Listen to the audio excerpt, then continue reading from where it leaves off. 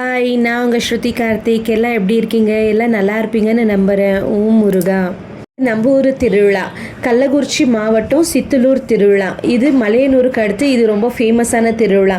இதை நீங்கள் எல்லாம் பார்த்துருப்பீங்கன்னு நினைக்கிறேன். ஏன்னா அவ்வளோ பிரம்மாண்டமாக நடக்கும், இவ்வளோ க்ரௌடாக இருக்கும். திருவிழான்னு ஒன்றும் சும்மா இல்லை, நம்மளோட பாரம்பரியம், நம்மளோட அடையாளம், கடவுளுக்கான அங்கீகாரமான நாள் அது.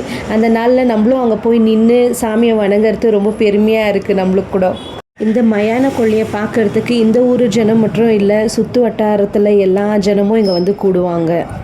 அங்காளம்மா கோவிலில் மசான கொள்ளை விடும்போது அங்கே கிடைக்கிற பிரசாதத்தை குழந்தை இல்லாதவங்க, கருத்தரிக்காதவங்க சாப்பிட்டாக்கா கரு உண்டாகும்னு வழக்கம். அந்த பிரசாதம் நம்ம கைக்கு வரத்துக்கு புண்ணியம் செஞ்சுருக்கணும்னுட்டுன்னு சொல்லுவாங்க. இவ்வளோ ஜனம் வரத்து சும்மாவா? ஓட்டு எலெக்ஷனுக்கு கூட இவ்வளோ ஜனத்தை க்ரௌடு கூட்ட முடியாதுன்னு நினைக்கிறேன் நான். எனக்கா இது தானாக சேர்ந்த கூட்டம். அதனால் அவ்வளோ பவர்ஃபுல்லான சாமி தான் இந்த அம்மா. இவ்வளோ பேரும் அந்த அம்மாவை நம்பி வந்திருக்கிறோன்னாக்கா, ஏன்னா நானும் போயிருந்தேன், அதனால தான் இந்த வார்த்தையை இன்க்ளூட் பண்ணுறேன். நாங்கள் எல்லாம் சேர்ந்து போயிருக்கிறோன்னா கண்டிப்பாக நல்லது நடக்கும். வாழ்க்கை எப்பயுமே மேல்மையாகத்தான் கடவுள் நினைக்கும். யாரையும் கீழே தள்ளணும், கைவிடணும்னு நினைக்கவே நினைக்காது. நம்மளோட புத்தி கடவுளுக்கு இல்லைல்ல, கடவுளோட புத்தியை நம்ம எடுத்துக்கணும்னு நானும் நினைக்கிறேன். எந்த கடவுளை பார்க்கணுன்னாலும் அந்த கடவுள் நம்மளுக்கான அப்பாயின்மெண்ட்டை கொடுத்தா மட்டும்தான் நம்ம போய் பார்க்க முடியும். ஏன்னாக்கா அவங்க நினைக்கணும், ஆமாம் இவங்க வரணும், இவங்களுக்கு நல்லது நடக்கணும்னுட்டுன்னு. அப்போ தான் அந்த கடவுளை நம்ம வணங்க முடியும்.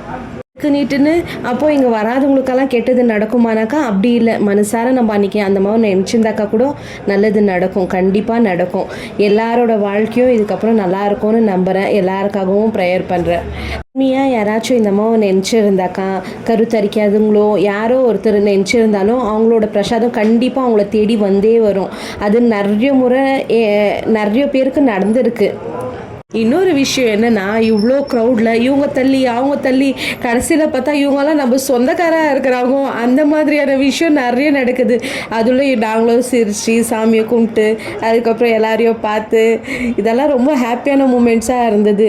நான், எங்கள் ஊர்கத்தி, எங்கள் வீட்டுக்காரு, எங்கள் நாத்தனாருங்க எல்லாருமே தான் போயிருந்தோம். எங்கள் வருஷத்தில் ஒரு நாளோ 2 நாளோ திருவிழான்னு ஊர் பக்கம் போகும்போது ரொம்ப சந்தோஷமாக இருக்குது. ஏன்னா இங்கே நம்ம அதே வேலையாக இருப்போம்.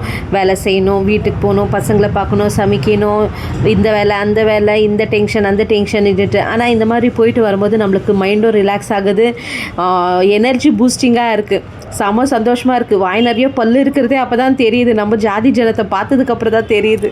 இவ்வளோ பேர் சேர்ந்து செலிப்ரேட் பண்ணுற இந்த திருவிழாவில் எங்கள் குடும்பத்தோட பெருமையும் இருக்குது. ஏன்னாக்கா அங்கே பலி கொடுத்து கொள்ளை விட்டு ஆனதுக்கப்புறம் கோழி எங்கள் வீட்டு கோழியாக தான் அங்கே பலி கொடுக்கறது. தவறமுட்டு குடும்பத்தது முதல்லேருந்தே இது பாரம்பரியமாக வருது. பல தலைமுறையாகவே இது நடந்துன்னு இருக்குது. அது எங்களோட பெருமை. கொல்லை விட்டதுக்கப்புறமா சாமியை கோயில் சுற்றி கூப்பிட்டுட்டு வருவாங்க. அதெல்லாம் பார்த்து ஆனதுக்கப்புறம் அங்கேயே நிறைய பேர் சமைச்சு சாப்பிட்டு சாமிக்கும் படையல் போட்டு எல்லாரும் குடும்பத்தோடு சேர்ந்து அவங்களோட வகைராலேருந்து வந்து சமைக்குவாங்க, பண்ணுவாங்க. அதெல்லாம் பார்க்குறதுக்கு ரொம்ப நல்லா இருந்தது. நாங்களும் நல்லபடியாக பூஜையெல்லாம் கொடுத்துட்டு பசங்களோட ரொம்ப ஜாலியாக இருந்துட்டு வந்தோம். வருஷத்துக்கு ஒரு முறை சேர்ந்து எல்லாருமே இந்த மாதிரி திருவிழா எங்கே நடந்தாலுமே போகணும். ஏன்னா ரொம்ப ஜாலியாக இருக்குது. பசங்களோட கூட்டுன்னு போய் நம்மளோட சாமி இதுதான் பாரம்பரியம்னு காட்டும்போது, நம்ம ஜாதி ஜனத்தை காட்டும்போது எல்லாருக்கும் தெரியும். நம்ம பசங்களும் அதுக்கப்புறம் கற்றுப்பாங்க, இவங்க நம்ம அத்தை, இவங்க மாமானிட்டுன்னெல்லாம். இன்னொன்று என்னன்னாக்கா, நம்மளோட பாரத்தை கஷ்டத்தை எல்லாத்தையும் சாமி மேலே விட்டுட்டு நம்ம பாட்டுன்னு ஆரம்பமாக வந்துடலாம். அதுக்காகனாச்சும் முயற்சி பண்ணி போகணும். இதுதான் முதல்ல உருவான இடமா, அங்காளம்மா இங்கே தான் உருவானதான். இந்த இடத்துல தான் நாங்கள் பூஜை பண்ணின்னு இருக்கோம். முதல்ல எப்பயுமே இங்கே வந்து கும்பிட்டுட்டு அதுக்கப்புறம் தான் அந்த கோயில் உள்ளே போகணும்.